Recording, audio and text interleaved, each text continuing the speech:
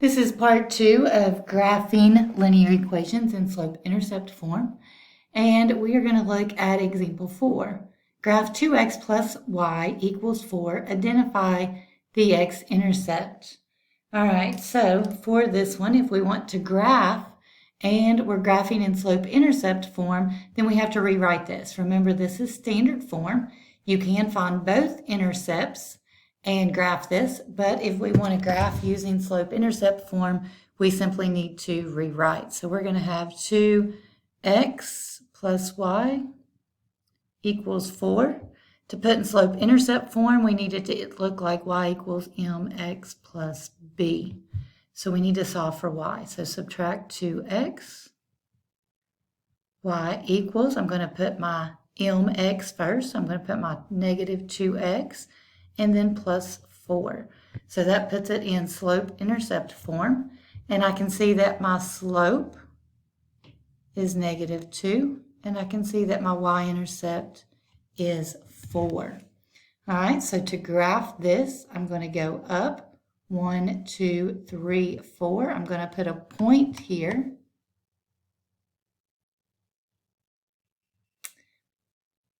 And that identifies my y-intercept. And then I'm going to use my slope so I can do rise over run. So if my slope is negative 2, I know that's the same as negative 2 over 1. So I can go down to positive 1, down to positive 1, and down to positive 1.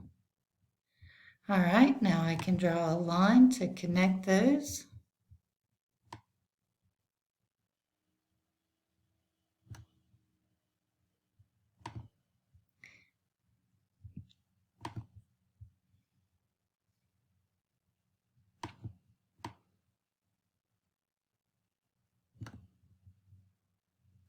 And you can see that these points that I put on here all have the same slope. All right, so we did graph using slope-intercept form. So we graphed it, and then it says identify the x-intercept, okay? Remember, the x-axis is your horizontal axis, the y-axis is your vertical axis. So 1, 2, your x-intercept would be 2. So the x-intercept is 2, x equals 2, or you could write it as an ordered pair, 2, 0. Anytime the y is 0, that would be your x-intercept. All right, the next example is going to be graphing from a verbal description. So example 5, a linear function g models a relationship in which the dependent variable increases 3 units for every 1 unit the independent increases. Graph g when g of 0 equals 3. Identify the slope and the intercepts of the graph. Okay, so the first thing we can identify is the y-intercept. That's easy because anytime we have a 0 for x, then that would be g of x, or y equals 3. So 0, 3 is 1 point on the graph. So we know we can graph 0, 3 right off the bat. So if we go over to our graph and we can go up 1, 2, 3, and that's our y-intercept. All right, we also are given that there's a relationship in which the dependent variable increases. Dependent, so that's your y value, increases 3 units for every 1 for the independent. Remember, independent is your x. So y over x, so we know that our slope is going to be 3 over 1. That could also be the same as when we're doing rise over run. We could also do negative 3 over negative 1. Okay, so that just gives us 2 ways to find points on the graph. So if we go 1, 2, 3 over 1, that's going to be a point here. Or we can go down 1, 2, 3, and left 1, and it's still going to be a point on that line. All right, so we can identify the y-intercept as 0, 3. We can also identify the x-intercept as -1 or -1, 0. And we can identify the slope as 3/1. So let's graph this line again.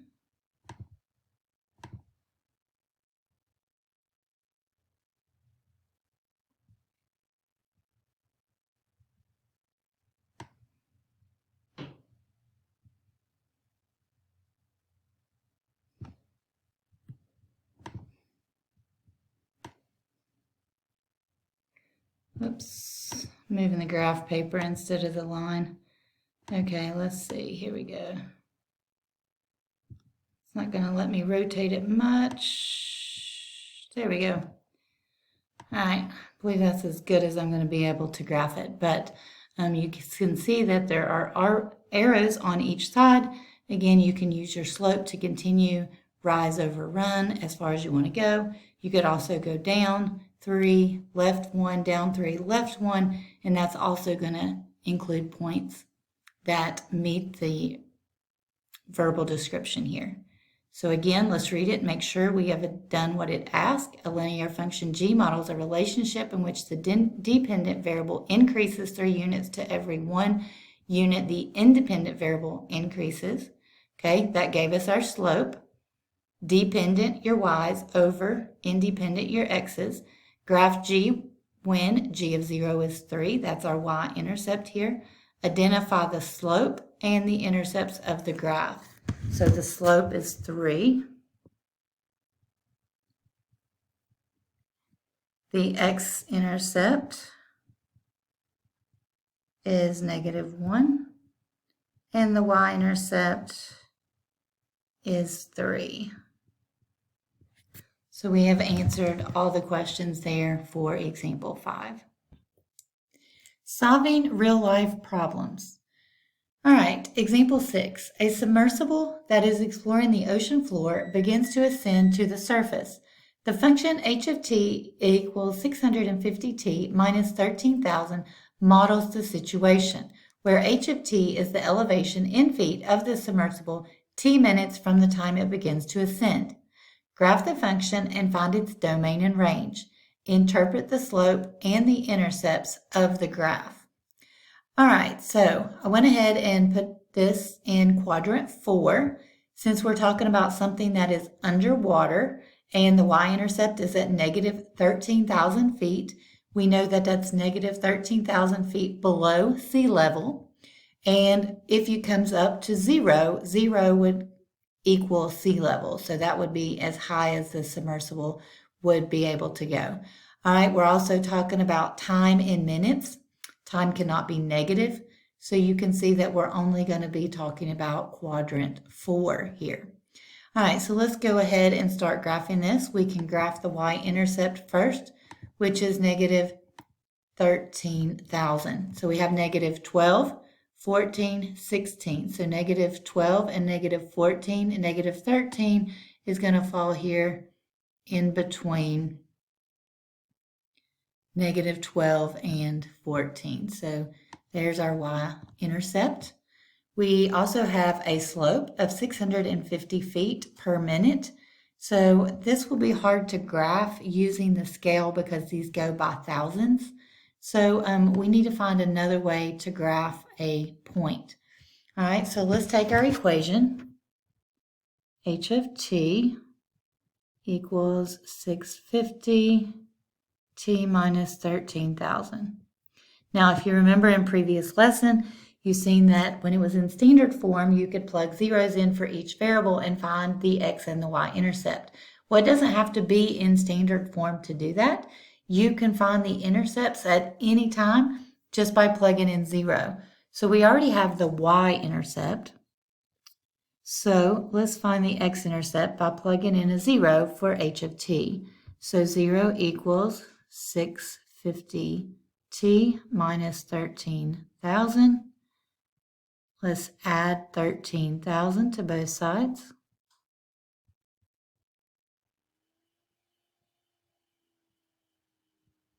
All right, 0 plus 13,000 equals 650t. And let's divide both sides by 650. So t equals, we pull up the calculator, let's do 13,000 divided by 650 equals 20. And remember, t is in minutes, so in 20 minutes, it would be at sea level if it is rising at 650 feet per minute.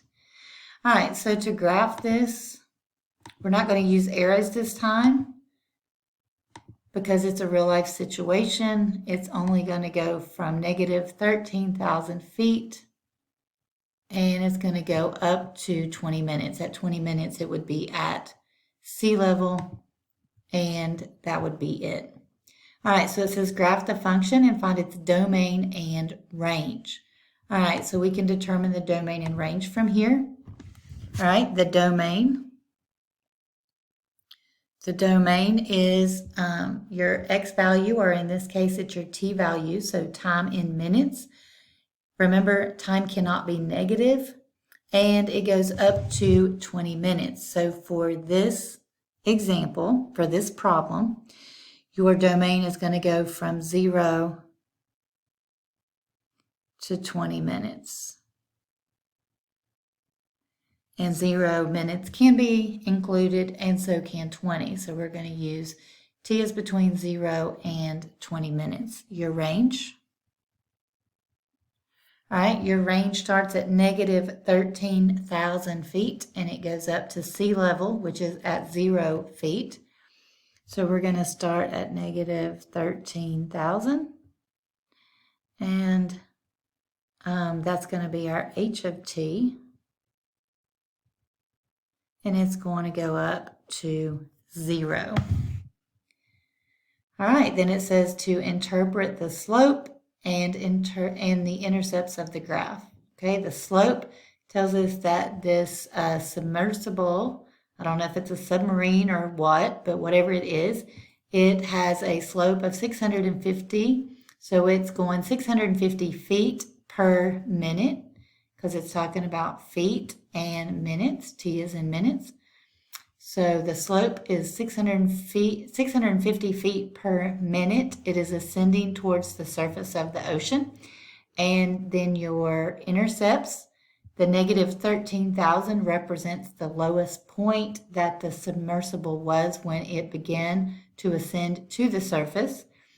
And the x-intercept is 20 minutes. It took 20 minutes before it reached the surface of the ocean. All right, if you have any questions, please let me know.